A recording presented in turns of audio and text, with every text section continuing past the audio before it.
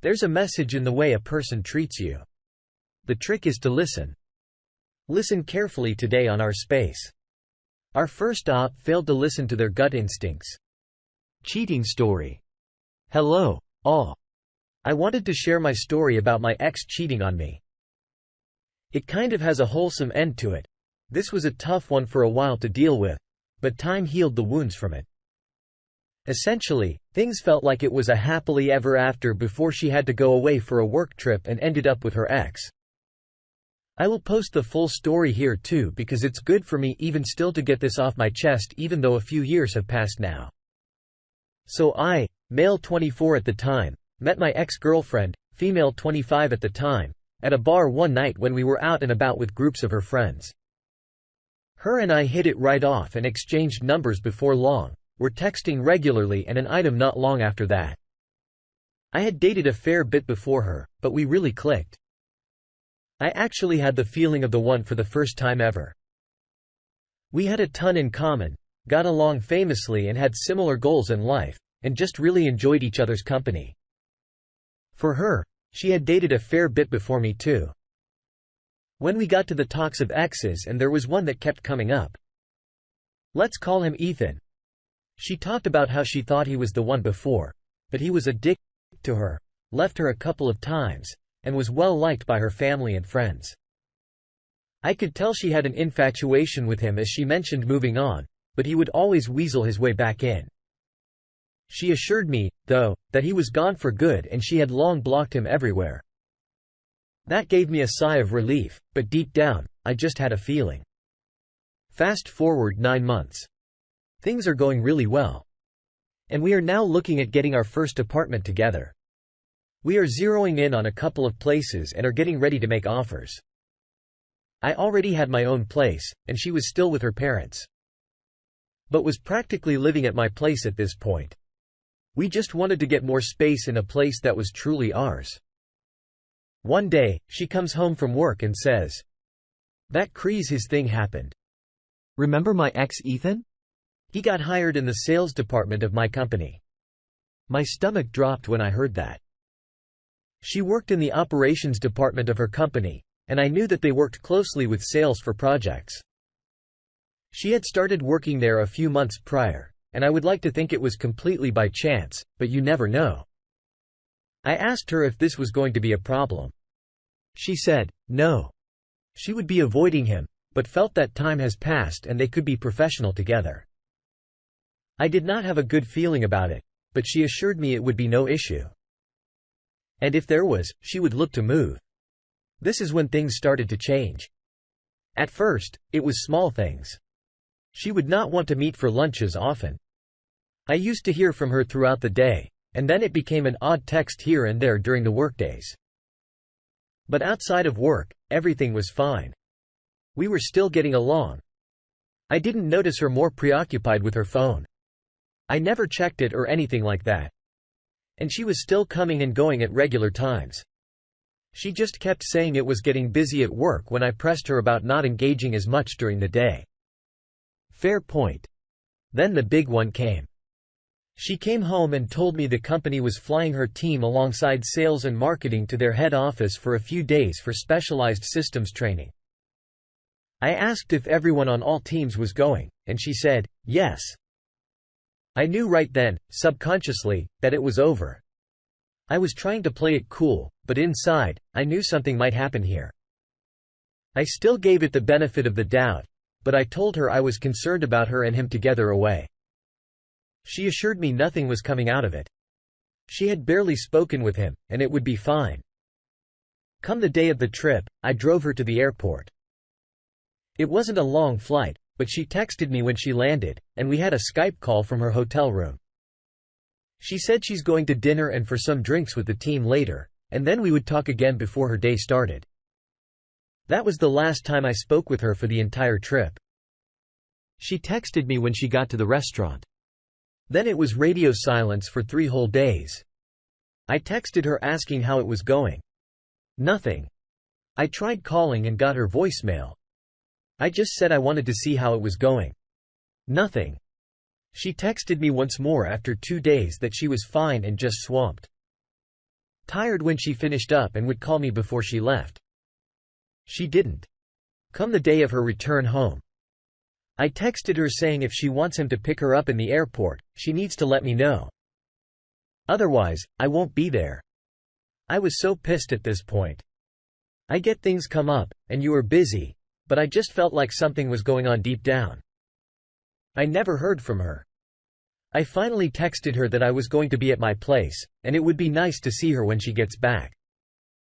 I tried to keep myself calm, but I just knew something was up. A few hours go by, and then all of a sudden, the door opens. She comes in and starts saying how much she missed me. I asked her how she got back from the airport. She says, "A friend drove me here." I asked if it was Ethan, and she said, "Maybe." At this point, I am enraged, but still keeping me calm with her. Told her I think something was going on with them while she was gone, and I want to know the truth now. She kind of stares off blankly and then starts crying. She says, "Yes, it did." She said at first, it was good intentions, and she had no plans to see him, but they got talking when the team was at the bar. And then, one thing led to another. And she was back in his hotel room with his balls deep in her. She then said they were pretty much screwing the entire time they were at the company head office, which is why I never heard from her. She tried to defend herself saying he was her, one that got away. And this provided her some closure. None of this made any sense to me. She then told me she got it out of her system, and it would not happen again. I told her that she is still working with the guy, so there is no way it's over there.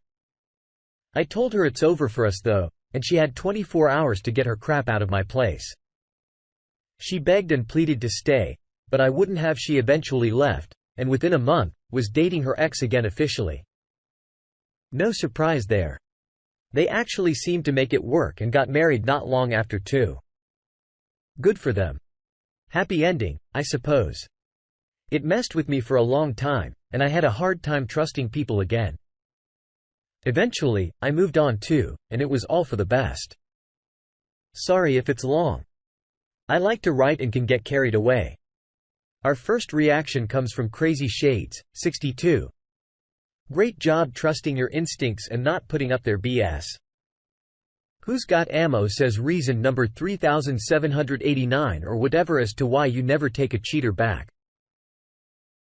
This affair was for closure and she got it out of her system, but then she married the affair partner. Effective at Meet 919 says, please tell me he cheated, gave her an STI, and she is miserable. DOP replies, I'll never know. I heard they got married, and that's all I know. Affectionate Neat 919 replies back, I'm just being petty. But that's exactly what they deserve. I'm glad you're free and clear of the wreckage. I'm so sorry, OP.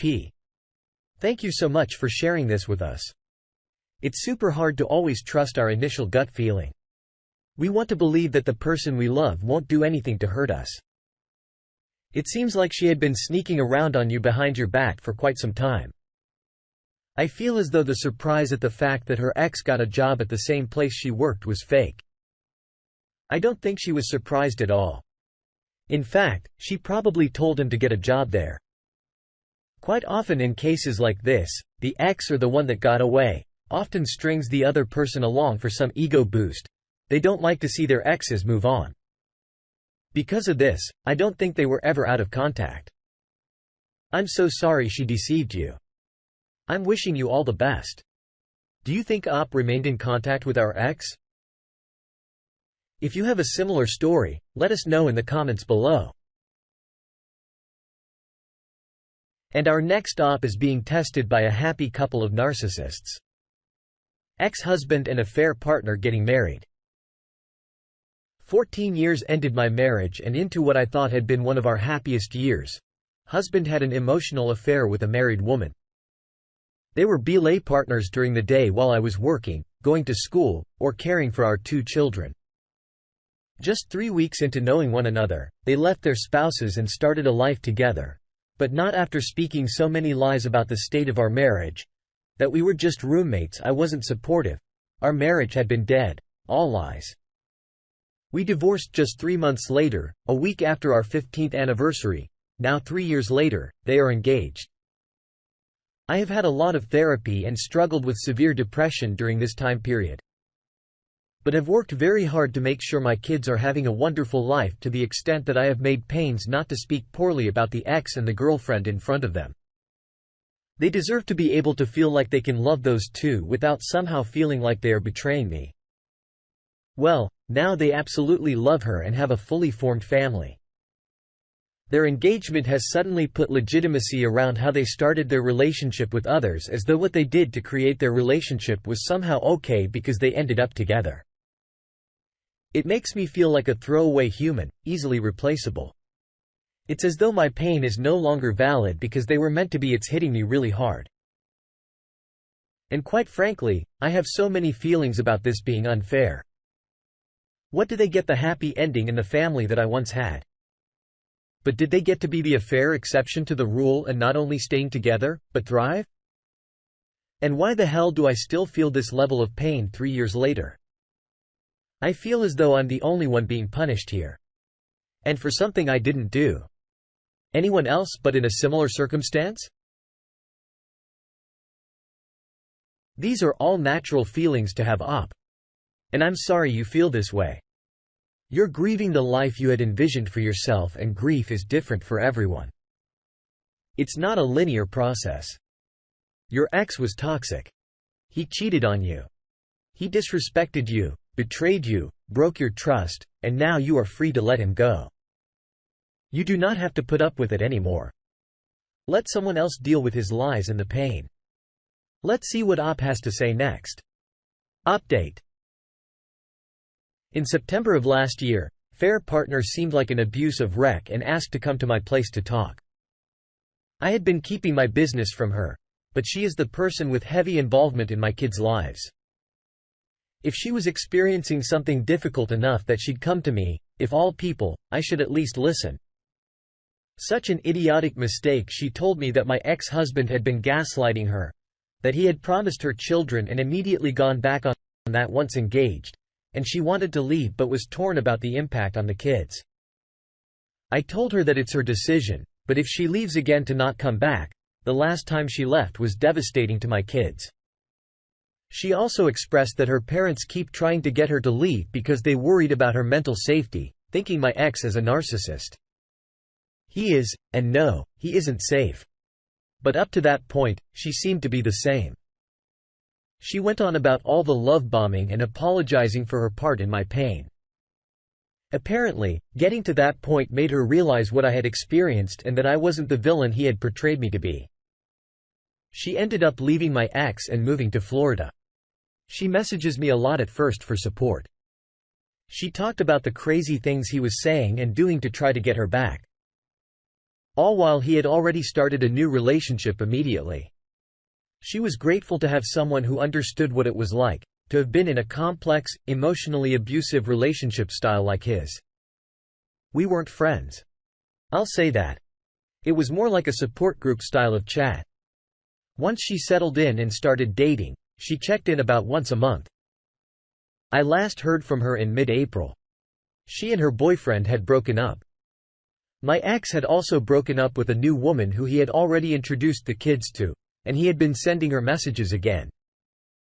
She was upset, but she said she blocked him.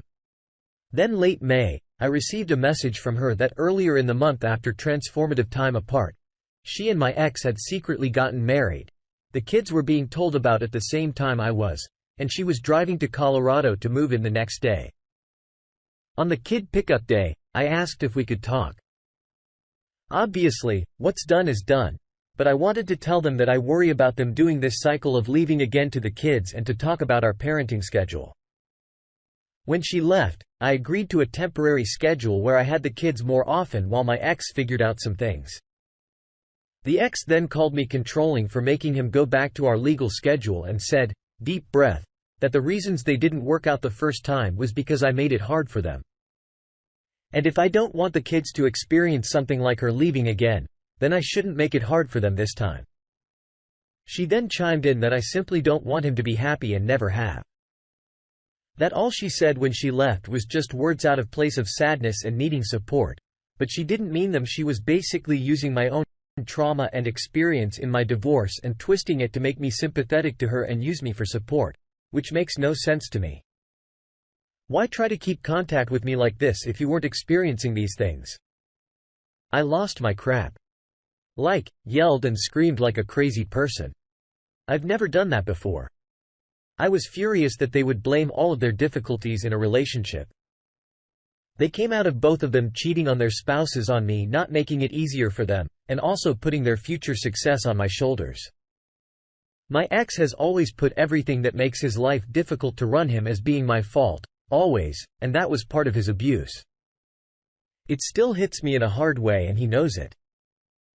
I absolutely hate that I gave them the fuel they need to paint a picture that I'm crazy, and they are somehow the heroes of their story. The worst part is that the kids heard me yelling. That hurts so badly. I never want them to feel the pain that comes from inter-parent yelling like I was doing. My accent, the affair partner made me apologize to the kids for my behavior, which was demeaning. I always talked to my kids about things and would have discussed what I did and said how I felt, gave them room to talk about how they felt and may have been hurt. On my own, without them standing over me, but they need the story frame a certain way. Then affair partner sends me an email saying she appreciated my support and understands why I may feel the way I do, but that she's in it for the long haul and will be the best stepmom ever. I ignored it. Anyways, that's the update. I feel angry and emotional and really sad that this circus is my life until the kids are adults. Our first reaction comes from Blade 982. Stop engaging with them. Stop talking to them. Only communicate via co-parenting app. Stop letting your hurt and your pain fuel their fire. They're not good people. They never have been, and they never will be. Supporting affair partner was a mistake. She's a liar and a cheat. I'm so sorry you had to learn this the hard way. Going forward, don't respond to anything that is not directly about the children. DOP replies. I only communicate with my ex through talking parents, and it was that way with fair partner too until this happened. I completely agree with you about only responding to things about the kids. It was a hard lesson to learn. I always believed that people are multifaceted. Not all bad or all good, but this was a big lesson for me.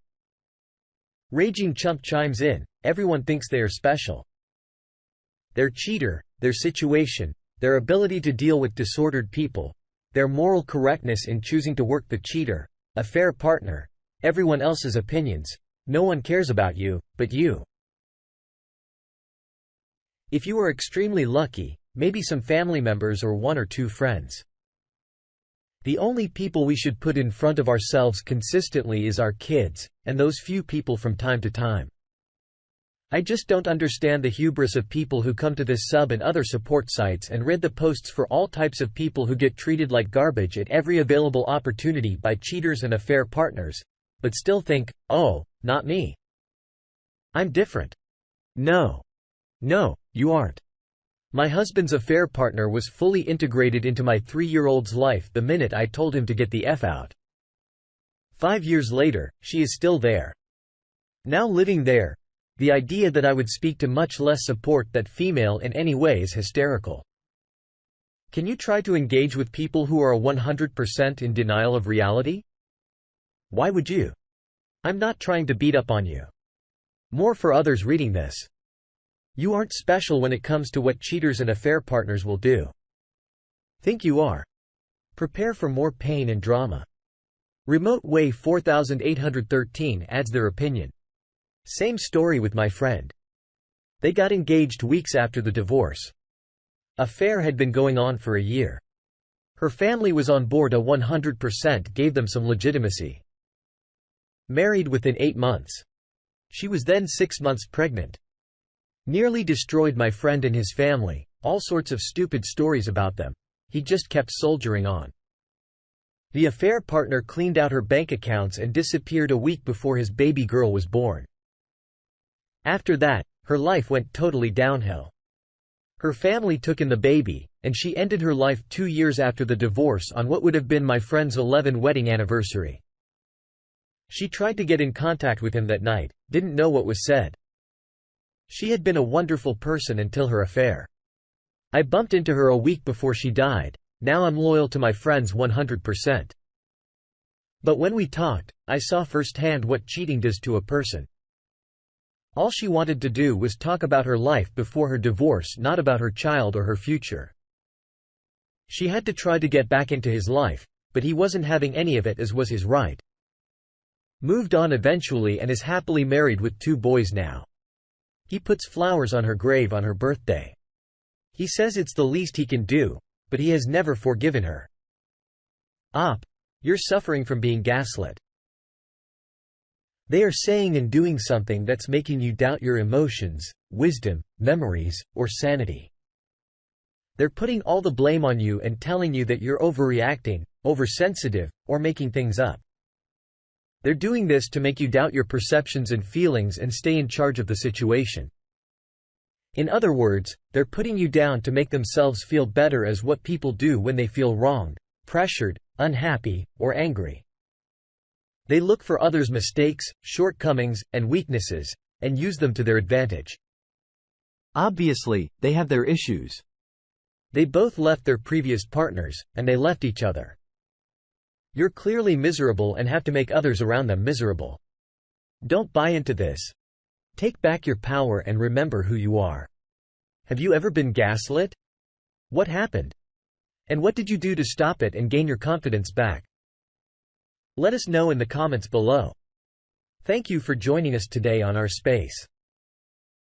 Like and subscribe and hit that notification bell so you don't miss out on our next video.